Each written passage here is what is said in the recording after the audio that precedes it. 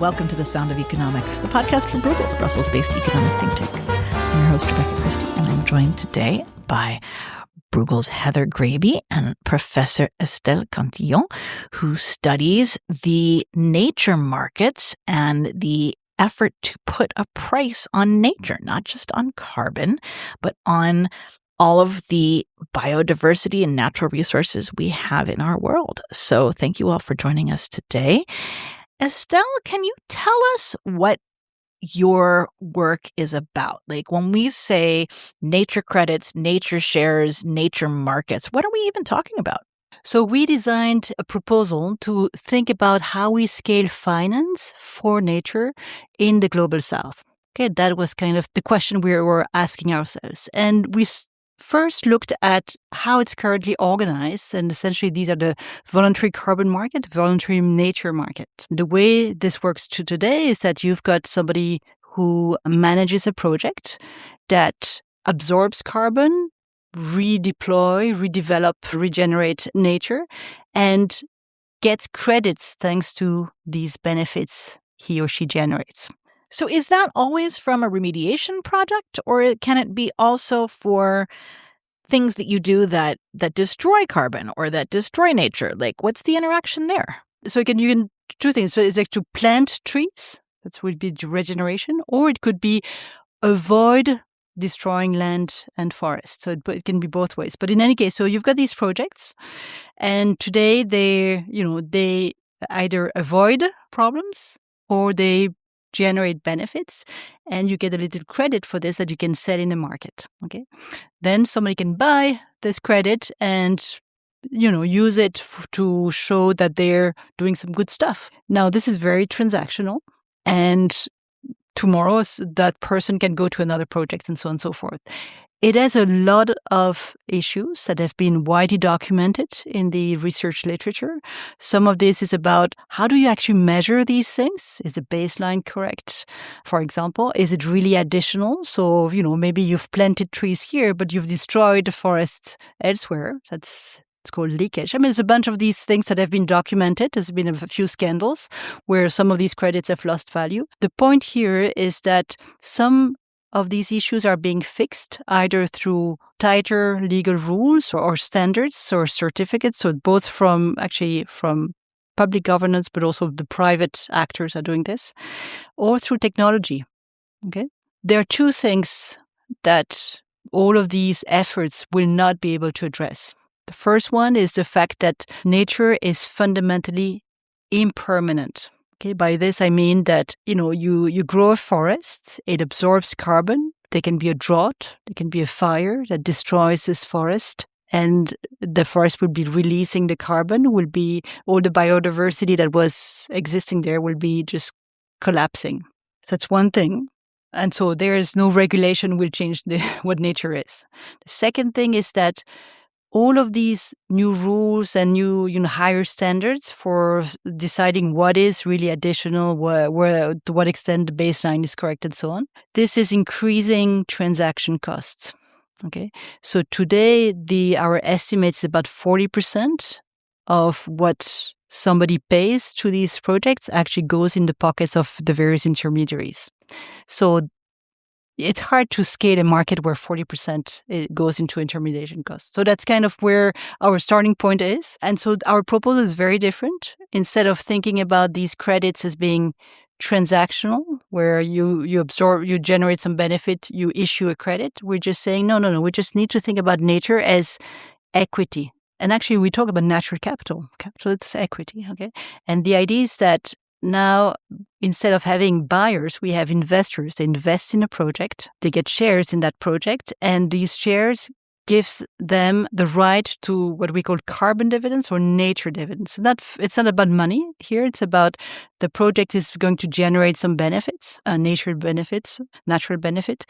And the dividends are going to be released to say this has been absorbing such and such amount of carbon, so it's been generating this and this amount of biodiversity benefits. But what's important though, and that's where the difference between a share and a credit is that think about it as a company. A company is making a profit. It doesn't distribute all of this profit into its shareholders as dividends. It's keeping some in case something happens to the company. The idea here is exactly the same. So the project generates some benefits. Imagine 100 tons of carbon, say. It's going to keep maybe, 50. I mean, this will need to be decided on a scientific basis, but, some amount in the project and only release some parts as dividends. So that's really the big part of our proposal is about that. It's about, thinking about shares and not credits. Thank you for explaining that.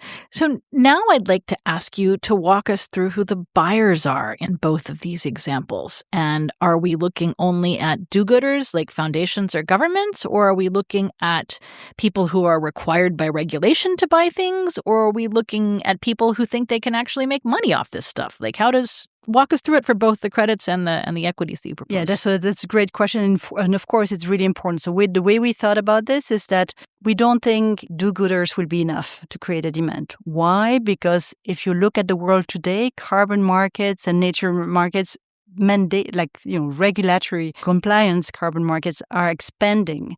So there's going to be, the space for voluntary action is going to go down over time. And so we thought about the way we're thinking about creating demand is the following. So we've actually leveraged some research by Patrick Bolton, who's done work on science Paris-aligned financial portfolios. So the idea here is when you have a financial portfolio made of obligations and shares, it has a carbon footprint. And you could ask these fund managers, and here we're thinking about pension funds, to reduce their carbon footprint over time in a way that's aligned with the ambition of the Paris Agreement. And it's easy to do it on the carbon side because Patrick has done the work that has shown that you can compute a carbon footprint of a financial portfolio. And actually what he's shown with his co-authors is that forcing funds to be Paris aligned doesn't come with such a high financial penalty. In our case, our shares would be providing an extra opportunity, an extra option, an extra way of reducing the carbon footprint of these funds. So it's even going to be cheaper to do this. Now, conceptually, thinking about nature and the nature footprint of it's the same thing. The measurement is not as mature, but there are things as biodiversity, corporate biodiversity footprint. That's a measure that exists, and you could think about the imposing also a mandate on the pension funds to reduce their biodiversity footprint.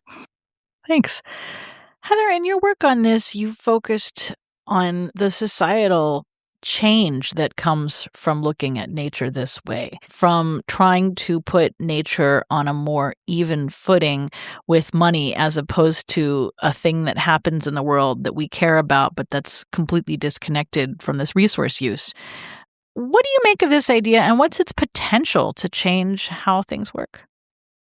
It's important to think about what kind of price we pay for not having the ecosystem services that nature has provided, which are simply not counted in our methods of measuring what's going on in the economy. GDP, gross domestic product, is a measure that just ignores how nature provides fresh water, clean air, pollination, and all kinds of other services that are vital not only for agriculture, but also for most economic activity and, of course, for life, including human life. And the problem with those ecosystem services, as they're called, provided by nature, with them not being accounted for, is it's free to destroy them. And the costs of destroying them are not accounted for either. And that means that there's more destruction than there would be if there were some price attached. Now, the idea behind nature credits and nature shares is to pay for either conserving nature, so it's the opportunity cost of not chopping it down in order to plant fields of a monoculture, or not destroying a wetland, which means that, for example, migrating birds, but also people experiencing a flood don't have the use of that thing that nature has provided.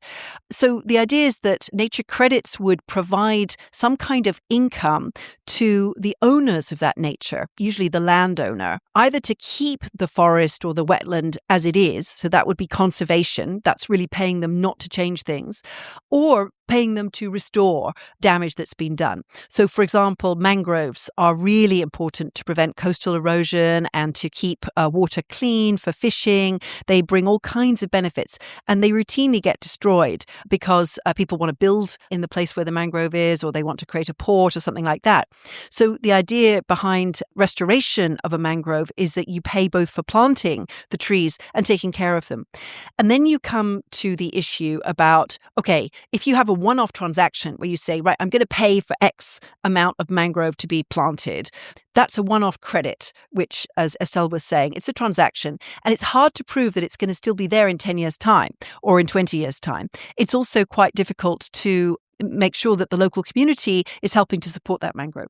So the idea, Estelle's and co-authors' idea is you then make it into a share in the mangrove planting and conservation project. So you can have both restoration and conservation over a longer period of time involving the local community. And that's much more likely to make it durable, especially in the global south. That's really key. But I think what we have to remember about these things is ultimately a market requires both supply and demand. And on the supply side, you need credible financial instruments where people can believe that the mangrove really will get planted and it really will get looked after. Okay, so that's where you get into monitoring, reporting, verification, and so on. But on the demand side, philanthropy alone, charitable giving, because it makes us feel great to have mangrove, provides very little money.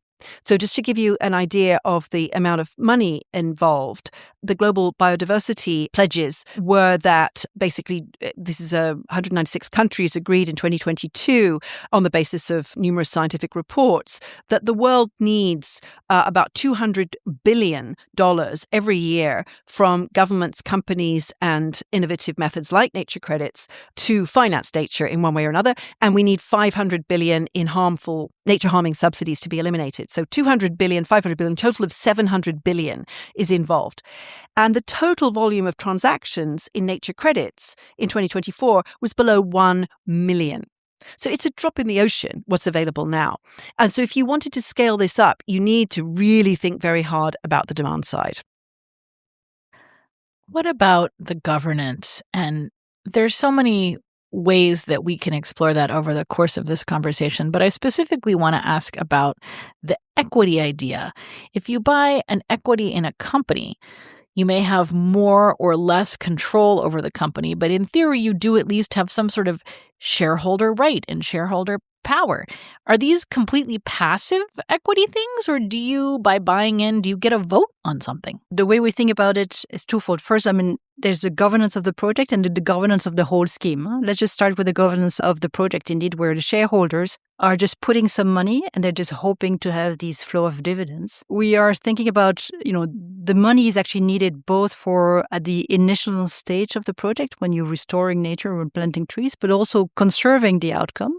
It also requires some money. So you can actually free, the money that is put in and invested can be actually freed over time, depending on the implementation of the land management plan of the project. So that's one way to ensure that the project does what it promised to do. And it's one way to avoid any, cheating or moral hazard or people, taking the money and running. So that's that part. So it's not voting. So, for example, we don't think about voting to, one of the things shareholders vote on is how much of the dividend is being distributed. I think here it makes a lot of sense to decide on how much of the dividends are being released based on science and the likelihood that there's going to be a fire in that region or there's going to be a drought in that region. So the exact governance, the rights and responsibilities of the shareholders will need to be a bit different from those of a shareholder in a regular public company. That's for sure. And how does one get started with this? With credits, we often think about quota, where there's a pre-existing stock of these things, and you either have to get some from the government or you have to buy into the system. Is that the case here, or can a project just, in the same way that a company can say, I'm going to sell stock in myself, they can just make that piece of paper and go raise money with it? Can a project generate this stuff all by themselves, or do they have to somehow get into a quota or an allocation system? There needs to be a primary market for these shares, and then there's going to be a secondary market. So the primary market, the way we thought about this in the context of scaling up finance for the global south, is that it's going to be big. Think about it as a crowdsourcing markets, like what you have for new companies and so on. So you've got different countries proposing projects, and there's the demand side. It's again, think about these pension funds mostly willing to buy shares and at some price. So that would be the primary market. Once these shares are bought at the primary market, we need to think about what happens next if the pension funds at some points wants to get rid of these shares. So we also thought about a way to make sure that secondary market is liquid enough so that it doesn't destroy value, right? Because if you invest and then you're stuck with your investment, you can be in trouble. So that's the demand side for buying these things. But on the supply side, can you just make one, or do you need seed money? Seed money for what? Well, with carbon credits, for example, as I understand it, you get an allocation from the government for free, or you have to buy some carbon credits and then you can sell them on to someone else. So is there an immediate barrier to entry like that, or? No, but we think about these projects coming forward, and actually that's also an important point. Once, that didn't mention so far, which is that, so today, a project in the voluntary carbon market can be anyone. So you could tomorrow enter and plant your trees and decide to be certified and sell your credits. Here, we're thinking that it should be at the jurisdiction level rather than at the project level. But the project is at the jurisdiction level. Why? Because it solves a lot of problems. One is that the first one is the size is bigger. Okay, size bigger means also low. You've got more risk sharing. So it reduces the risk of your asset. It's at the jurisdiction level, so it's also aligned in terms of governance with the local government, and so which is responsible typically for the regulations, the enforcement, so on. So I think there's a greater alignment there, and also more guarantee that it's going to be done and carried out. And so we're thinking about these jurisdiction there, and then beyond that, there's no barriers to entry. So a jurisdiction could say, look, we have mangrove, we want to restore mangrove over our entire territory. Here's our restoration plan, here's our conservation plan, and we need this amount of money to do it. Thanks for that.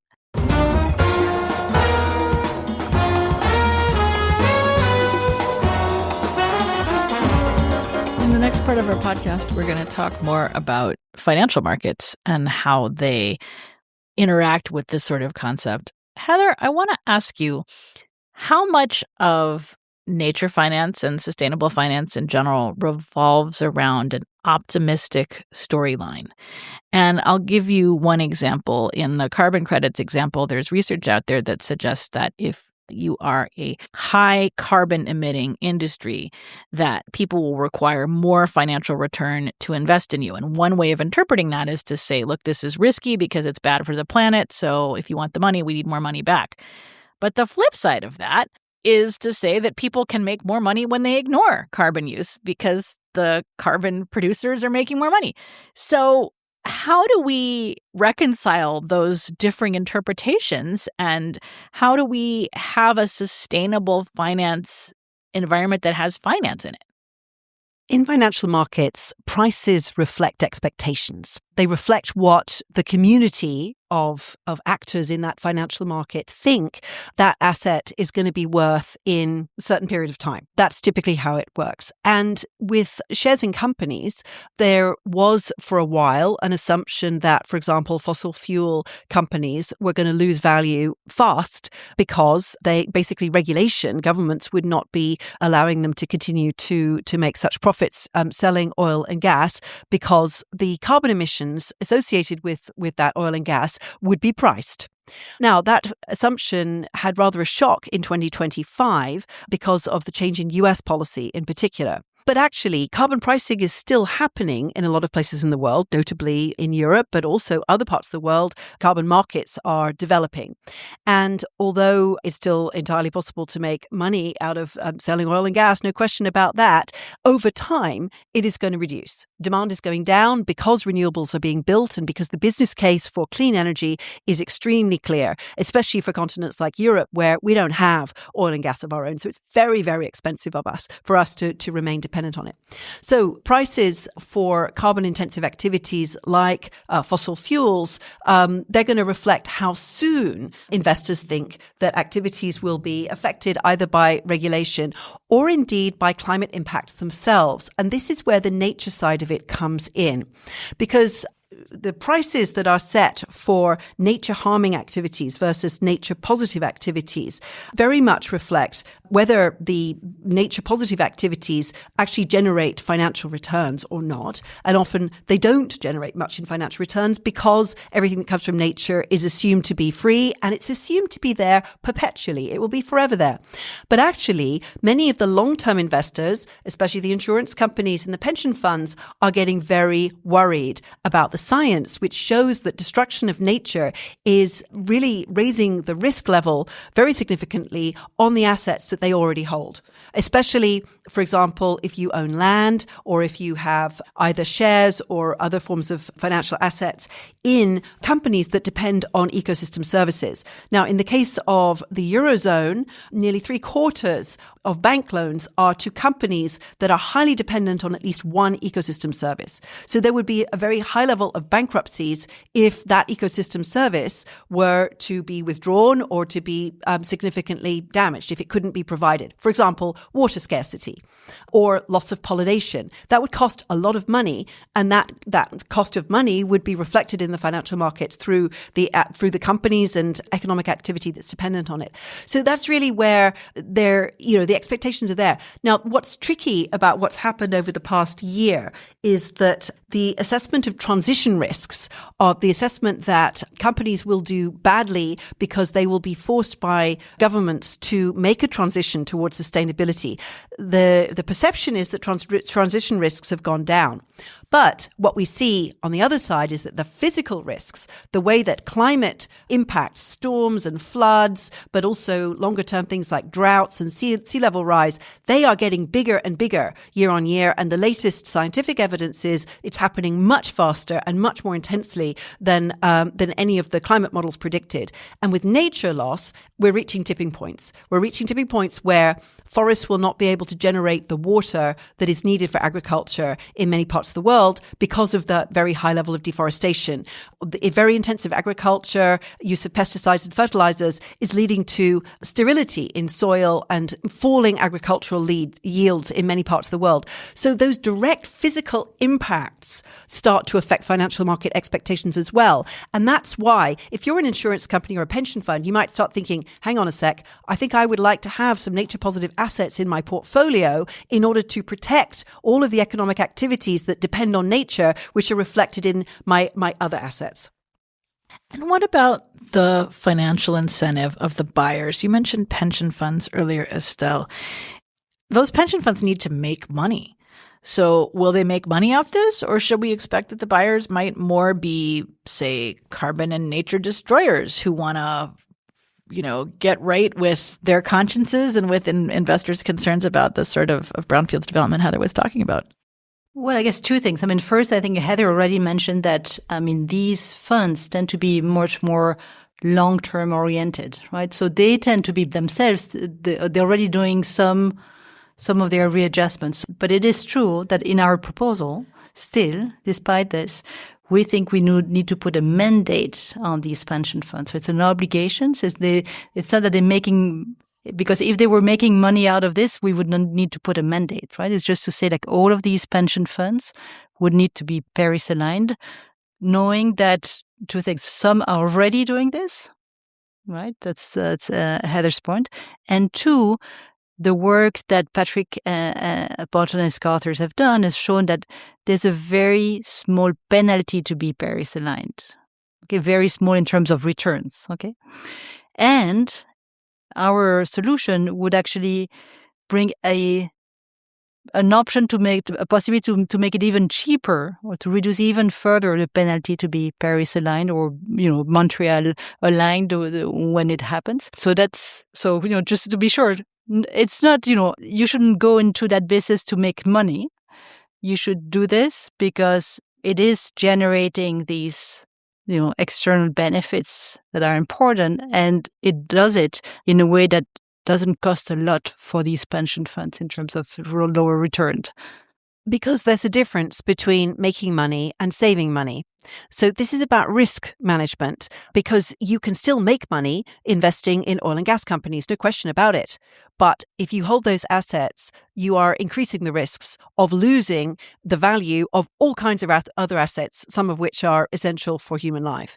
So that's where, if you think about it as a risk management thing, where you want to balance your portfolio and you want to make sure that there's some nature positive things going on in order to sustain all of the economic activities that depend on them. But the other thing is governments have to be involved here, because ultimately this is a public good. Financial markets are not going to take care of this problem on their own. No way, because making money is so much more important in financial markets than saving money. Saving money for future generations is the job of governments. And so that's where public money needs to be invested in both nature conservation and restoration, both to ensure that the whole of society can benefit from nature, because we all depend on it. Every human being depends on it. But also so that future generations will still have nature there in order to sustain life and economic activity. And I think this role of governments is very important, because there seems to be an assumption in a lot of the debate about nature credits and even nature shares that, well, that's great. That means the private sector is going to unlock loads and loads of finance. That means we can just slash government budgets related to biodiversity because we don't need that government money anymore. No, absolutely not true.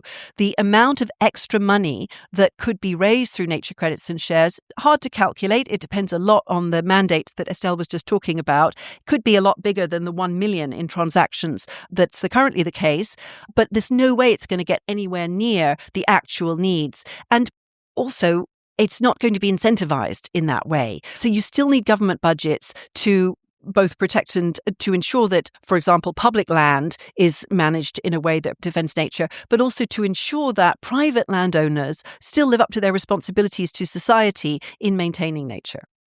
Thanks. I appreciate your explaining that public role, because when we talk about risk management and how the pension companies are mitigating risk, it's not their specific risk on their specific balance sheet. And efforts to directly correlate that risk to specific corporate balance sheets still have a long way to go. Whereas if you say it's a public good and the government has to do this at a societal level, government makes people pay a lot of things for a lot of public goods in different ways, and that makes some sense.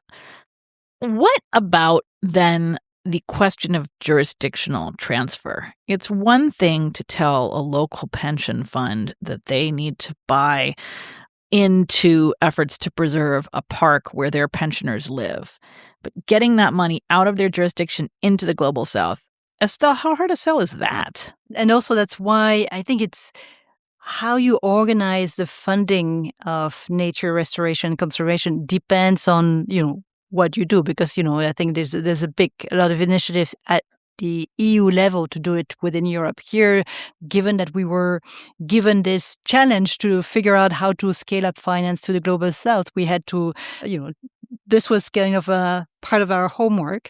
So how do we do this? We need to go from a largely privately governed market, as it is today, to a publicly governed. So basically public governance of these markets. It's the organization of the primary market, but it's also all of the monitoring and verification needs to be in the public hands. And that could be done at the, something like at the UN level, or at least a multilateral kind of organization to do that. Would be, able to do this and would have the legitimacy then, so that the insurance companies or the funds would actually trust the mechanism. So that explains how you get the mechanism to work. But what about just the hesitation to send money abroad that doesn't bring an immediate financial return? Well, you do. So first, it's not about financial returns. Remember, these dividends are physical dividends. They're carbon, or they're measured in terms of biodiversity metric.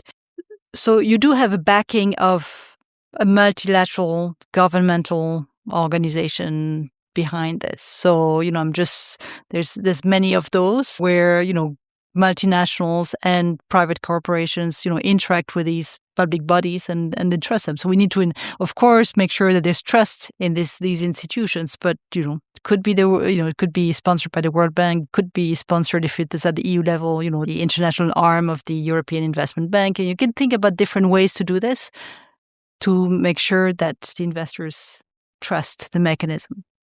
It's key to remember that the benefits that nature provides are not only local. A forest in West Africa provides the moisture flow, the rivers in the sky that work in terms of atmospheric physics, that bring water to the watershed that feeds the Nile River. So if you don't want the hundreds of millions of people who live along the Nile and depend on the water there to be short of water and therefore unable to grow crops, to produce all kinds of products that are sold to Europe, for example, or indeed to move to Europe because of the pressure created by falling water flow, then it's in the direct self-interest of Europeans to ensure that deforestation in West Africa stops. So I think we have to remember that the planet is a living organism with very strong interdependence between different regions. We tend to think of it as, I'm willing to fund my local park because I like to see the animals in my local park. But actually, the water, the air, the stable climate, the temperature that we are experiencing in one part of the planet depends very much on nature, which is there in other parts of the planet. And we see many of the forests, the Amazon most notably, is reaching a tipping point where the Amazon is quite close to turning into a savanna and into a net emitter of greenhouse gases rather than a net absorber of greenhouse gases. That will have an impact on ocean currents as well as on moisture flows across large parts of the planet. So that's where the whole idea of nature credits should not just be, it's very nice to have local charities which sell credits locally for local services. That's great. But you also need to think about the planetary systems which depend on biology and physics and chemistry, which financial markets largely ignore.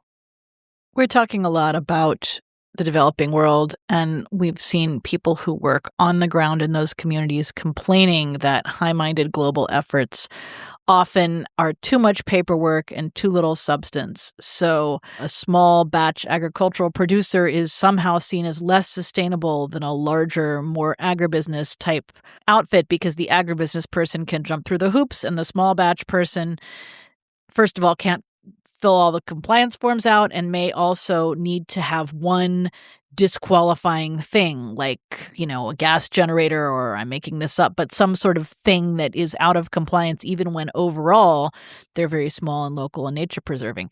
So how do you account for those sorts of on the ground realities? I think these are important points. So the first, you're making the point about small guys, small projects versus large projects. The small projects, sometimes it's just the cost of doing all of this paperwork is too much. And that's why we are actually proposing to do it at the jurisdiction level. So hopefully this is addressing that part.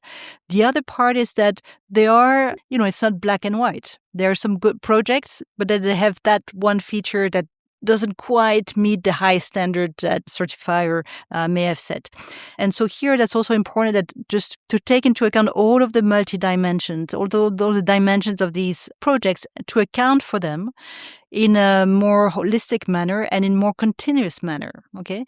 So let me just be a bit more precise. It's not zero or it's not black and white. Okay, today we've raised the standards for these certificates, for these credits, and it means that there's a fewer that can actually meet all of the criteria. It means the market is becoming smaller. If you want to expand the market, you may need to be more flexible, but more flexible doesn't mean getting all of them on the same basis. It means that there's going to be less money if you don't have, quite all of the quality of your product is lower, right? But at least there's a gradation of these things. And you need to figure out how to put this in the price. And then you're doing it at the jurisdictional level, so presumably you need a local public authority of some such. Is the idea that would charge a lower rent than the current 40% taking intermediaries? You referred to early So on? in principle, at least some of the fixed costs would be spread over a bigger surface.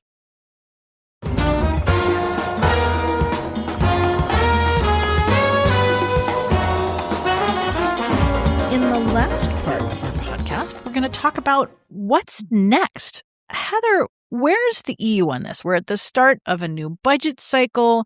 We're having an intense self-reflection period of what are our goals? What are our public goods? How does this fit in there?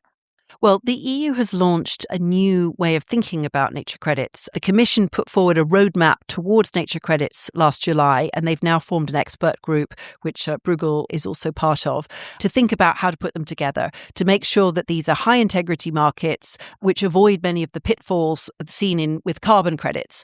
You know, these have got to be really, on the supply side, really trustworthy financial instruments. I think they will also look at the demand side a bit further on, but there's a lot to think about there. Now, the question is, in the EU context, what could nature credits be for?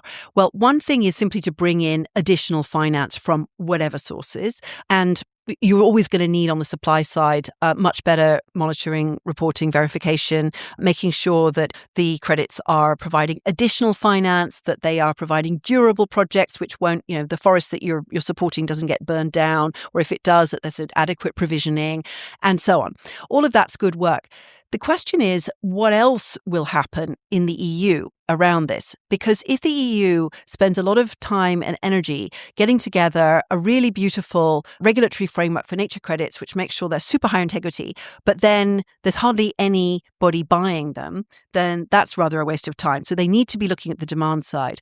But also, if they don't eliminate any of the harmful subsidies that are already there in the EU budget under the Common Agricultural Policy and others, then it's really quite pointless. It's a very interesting study on harmful subsidies under the previous EU budget, which came to a figure of about 48 billion euros annually. And our colleagues here at Bruegel, Zsolt Darvas notably, has done a very interesting look at green mainstreaming in the EU budget and found not very impressive results in terms of the greening of the EU budget. So as we move into a new cycle, there's both the issue of will the funding for biodiversity that's there in the LIFE program and other parts of the budget, will that be diminished, with nature credits being used as an excuse to diminish it by saying, oh, well, private sector will provide this money now, when we know that this is really quite unlikely to reach the right kind of scale. And the other risk is that nature credits are brought in as a nature positive thing, but without eliminating any of the harmful subsidies, which go directly to economic activity through an extremely well-organized and administratively already established system. So it's unlikely that they'd be able to counteract them. So I think that's where the EU really needs to start. Yes, work on nature credits, it's all really good, but also address the subsidies.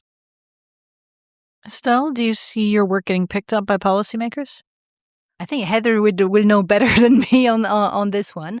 But, it's important there, we actually drafted this as part of the Paris report to prepare for COP30.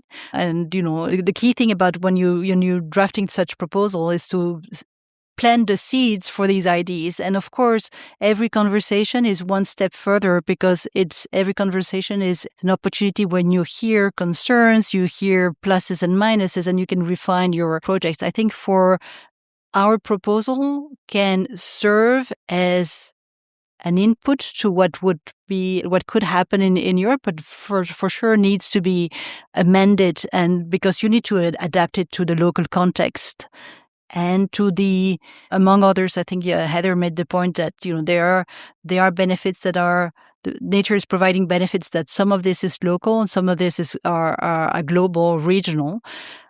In Europe, there's much more of these benefits are actually local from where the funders are and where these projects are, unlike in our proposal where you've got global south versus global north. So I think because of this, it means that in terms of how you design the funding, how you think about the demand side would be different for this reason. The Paris Report, for listeners who don't know, is a joint annual project by Bruegel and the Center for Economic Policy Research. It's like a book of different related articles.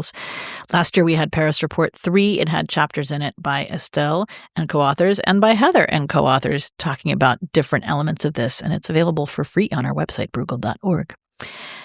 As we come close to the end of our time, I'd sure love to hear from each of you what you would most like listeners to come away with from this and what you would like people to keep in mind going forward? The main thing is that trashing nature is going to be very, very expensive for us. Already, it's starting to cost as we see agricultural yields declining and as water stress becomes a reality for people in many parts of the world, including Europe, as we see floods and droughts and so on. These are expensive. They also have a toll on human lives, and they make it more difficult to do the kinds of economic activities that people want to pursue. So the increasing cost of losing more and more nature is something that's got to be factored into economics at every level. Here in Europe, we have nature is in a really poor state. There's an alarming decline. About 80% of EU habitats are in poor condition. 70% of soils are unhealthy. We have severely eroded croplands. 40% of bird species have a poor or bad conservation status. These are all official figures from the European Environmental Agency. And that's because we've had several centuries of industrialization in which we have trashed our nature. So we don't have the enormous forests that the world needs in order to keep carbon out of the atmosphere and generate hydrological cycles and provide all these other benefits. So it really makes sense for Europeans both to look after their own nature much better and to restore, under the nature restoration law, for example, a lot of these eroded habitats and get back the pollinators and the biodiversity that used to be here. We could actually go quite far. We could do that quite quickly. And here in Europe, there is money. There's money from national governments and from the EU that could be used better in that respect. And nature credits could add to that. But there's also, it really, really makes sense to fund in the Global South where there is the greatest biodiversity, the biodiversity that we depend on for new medicines, for example, the biodiversity that we depend on for maintaining also the climatic conditions that matter for Europe, which is a continent warming at twice the global rate. So I think from that point of view, we have to not consider it as either or. Either we fund in Europe or we fund elsewhere in the world. It's got to be both and. Yeah, and I second that. And maybe, what I'd like the listeners to come out with is just remember that nature is a capital. There's economic capital, there's natural capital. And so we need to view it really as capital, as equity rather than a transaction. And we need to think about robust mechanism to reward the conservation and the restoration of nature. And that's really something we haven't quite figured out so far. Thanks so much. You've been listening to The Sound of Economics from Bruegel. I'm your host, Rebecca Christie. I've been joined today by my colleague, Heather Graby, and by Professor Estelle Cantillon. You can read some of the papers we've been talking about in the show notes and find our research and our past episodes on our website, bruegel.org, and all your favorite podcast channels. Thanks for listening. See you next time.